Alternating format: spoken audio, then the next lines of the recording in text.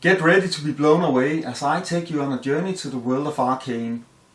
Today I'm unveiling a stunning one-of-a-kind creation, a 3D printed scale model of the legendary champion Caitlyn, with intricate detail and an accurate representation of her iconic look from the hit series on Netflix.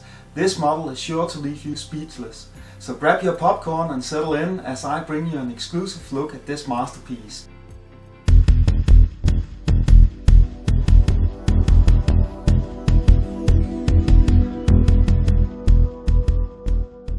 I have started 3D printing a model of Caitlyn from League of Legends and from the Netflix series Arcane. And over here on my Ender 3 Pro we can see the head, we can see the torso, some of the legs, and on the other Ender 3 Pro over here we have some additional parts. I have almost printed all of the parts now, so there isn't long until I can start assembling this model. When 3D printing parts on FDM printers, you will often end up having a lot of supports, and supports will create an uneven surface that doesn't look very good. So personally I usually split up the parts in a piece of software called MISC. This way I can align them better on the print bed, thereby avoiding a lot of the annoying supports. You will have to remember that you will need to split these up in places where there isn't that many details, because you might end up damaging the details. But if you split them up correctly, it will be pretty easy just gluing the parts together afterwards, and you're not having all of these supports, so you'll have a much cleaner and nicer print, as you can see right here in Jura, where the supports are pretty minimal. There is just a small tiny bit under one of the legs. Over here we have the base for Caitlyn. The base was a rather large model, so I had to print it on a large printer. So this has been printed on a Ender 5 Plus, and I run a 0.4 nozzle on this machine, so it can make large prints but at a high quality. And as you can see here, I have had some support failures while printing, but it doesn't really matter. I'm just going to remove all of this stuff and see how it looks below it, and then I'm going to fix up any eventual errors and take care of that. That's why we call it a hobby. So no worries there. Generally this looks really nice. The quality, it's just clean, it's smooth to the touch. So I'm very happy about this. It's a really large print. It took around a day and a half. So I can't wait to mount the model on this.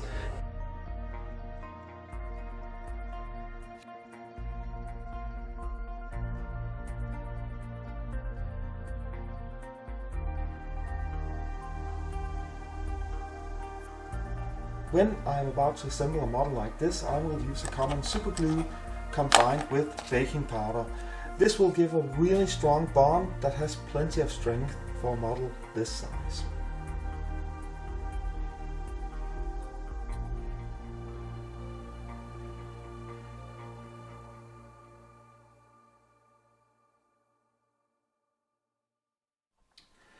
So I have just finished assembling the model of Caitlyn from League of Legends, and this is a very impressive model. I ended up printing it in scale 1 to 3.5, which is a bit off scale wise. Haven't seen that many models in that exact scale, but it just fitted with printing her in 300%. So I have finished assembling all of the parts, and just for reference I placed a paint bottle down here so you can actually see how large this model actually is. Very, very impressive. Now I am going to the next step. As you can see, I have sanded these parts down, but everywhere where I have assembled a couple of pieces there will be these lines. Just try to zoom in on them here. You can see all of these lines or gaps. I will need to fill those before painting anything, and this is probably the most important step in the entire process of working with a collectible model like this.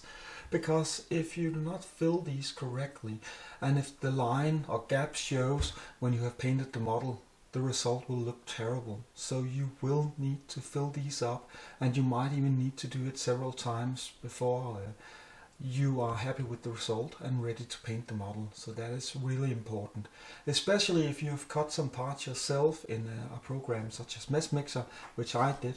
Exactly this rifle or weapon here, I cut that piece myself. So this layer line is very, not layer line, this gap is very visible, this assembly. I use a filler like this to fill up all of these gaps. This is a very cheap filler, just bought in the local hardware shop, one of the cheapest they got, and this works really well.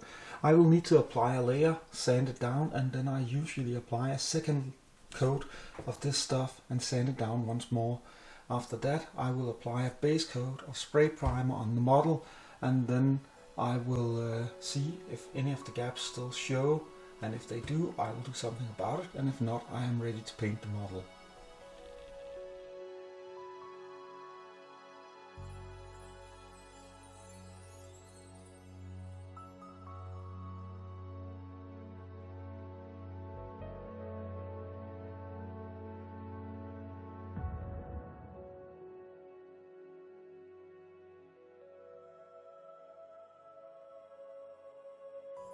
When working with 3D models, you can just as well accept that you will need to do a lot of sanding to get a nice clean end result. I generally work with this stuff, which has a foam back, because that will prevent me from applying too much pressure when sanding the piece down. And this way I prevent the sandpaper from falling down into the small gaps and cracks I have filled up with filler, and it also prevents me from being too rough with the surface generally. So I'll definitely recommend getting some of this stuff. I use grit 180, and sometimes I use grit 240 for the final sanding process of models of this size. But you can just as well accept from the beginning that you will need to do a lot of sanding on these models to get a nice clean surface, and the larger model, the more sanding. So that's just one of the premises you will have to work under.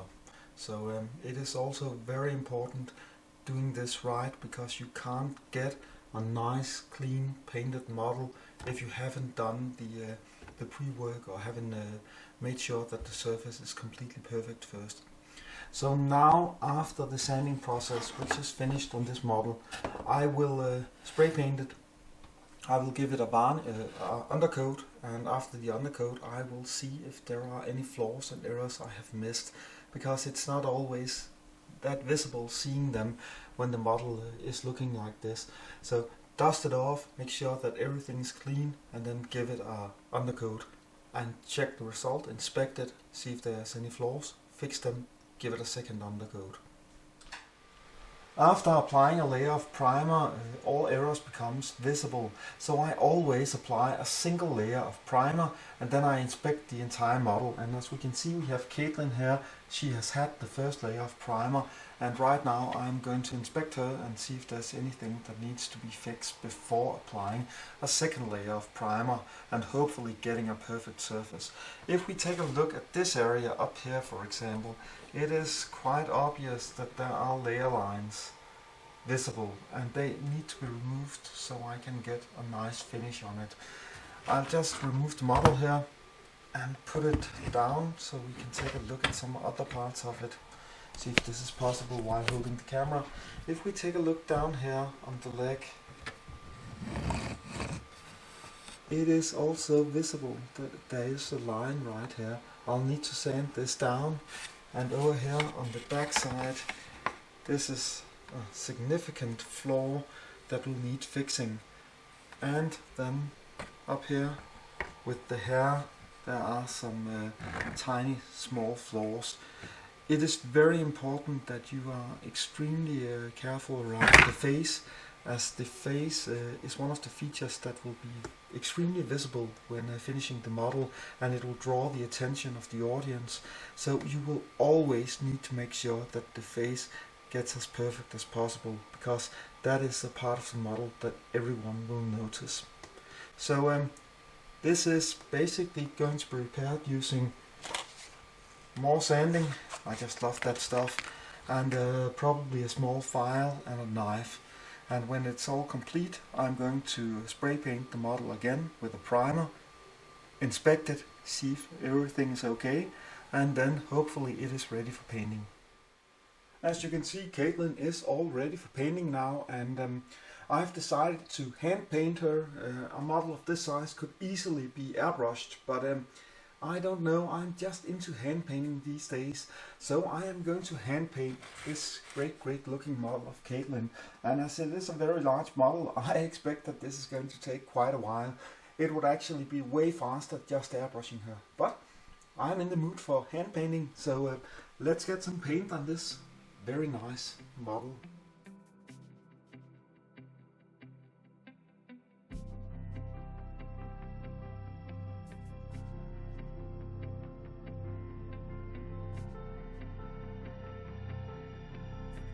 Every time I work with a collectible model, I always start by painting all of the base colors, and I have just finished that on this model of Caitlyn from Arcane. And then now I need to add all of the highlights and shades on the model. And 3D printed models has all of these layer lines, and layer lines are pretty annoying when painting the model, because if you decide to use a wash or something that falls down in all of the gaps, you will end up getting the wash into all of the layer lines, even though they are almost invisible at this time. So you will need to highlight the model using a common brush or doing it the hard way. But this model is ready for highlighting, so I am going to start that now. And that is a really rewarding process, because I can start adding all of the details to the skin, and when all of the highlighting is complete, the model will just look so much better. This is more or less just of a step in the right direction, but before all of the highlights and shades are made, you won't see how this model is actually going to turn out.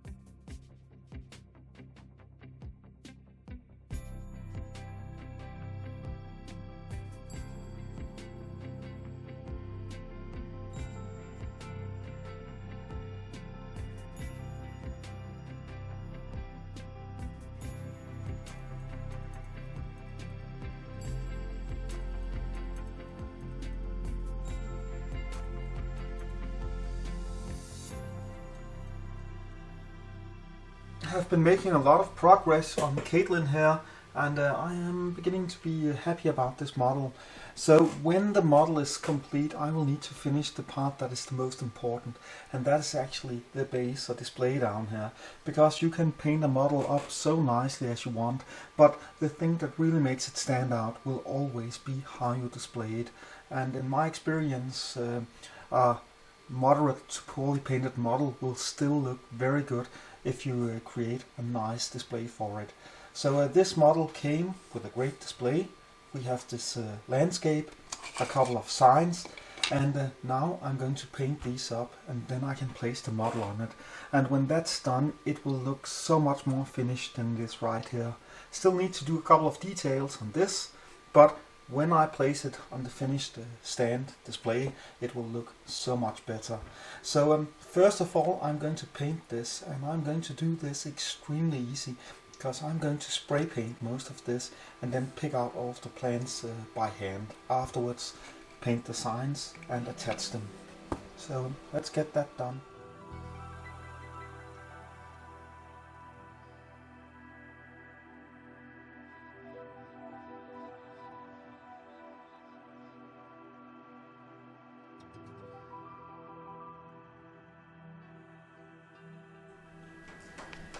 I've just undercoated this base with this spray paint primer, and this is a really nice primer for 3D printed objects, as it fills up all the gaps. And if you take a look at this, it is actually quite visible how thick a layer I can apply of that stuff, and it works really well. So if I allow this to dry, most of the layer lines will disappear. I still have a bit down here, but a second coat of that stuff and it will be removed. especially on a piece like this large base here, it is possible to apply a really thick layer without obscuring any details. So that's a really neat way and really fast way of removing all of these layer lines. So as I said before, I am going to paint up this display, this base, with spray paints and then just a small tiny bit of brush paint for all of the plants and details. But I just wanted to show you the effect of this primer. Works really well. The only drawback of it is that it's pretty expensive. So I almost used an entire can on the Caitlyn model, including this base. So and it cost around, what would that be, 20 euros. So that's actually kind of expensive.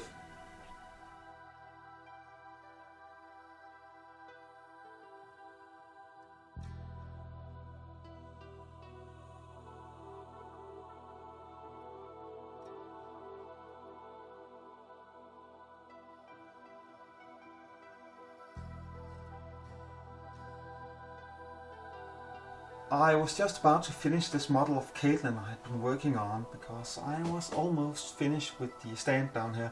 Just needed to add a bit of vegetation and some highlights and shades and a bit of dirt and so on. But then I can't remember that in the TV series Arcane, where this scene is taking place, there was snow, and I just thought then I need to do some snow on this base, and the snow wasn't this completely frosted snow. It was actually melting snow, and I have never done something like this before. So I ordered some stuff off the great internet. I am living so far out that I have no hobby stores close by, so I usually order it online. And I got all this stuff there, and I have not used it before. But I think this is going to be really nice for making this effect of snow that is about to melt. And there are several types of snow here, so I'm probably going to do a bit of experiments with it. And then I got some of this classic snow you will add on top, and a bit more of it here. So I also got a primer, because the primer I used on my last model made this grainy look. Didn't look good, so I'm going to try this one. But anyway, now I have all of this stuff, so I'm going to finish that display over there. Hopefully it will look good, as it is my first try with these products.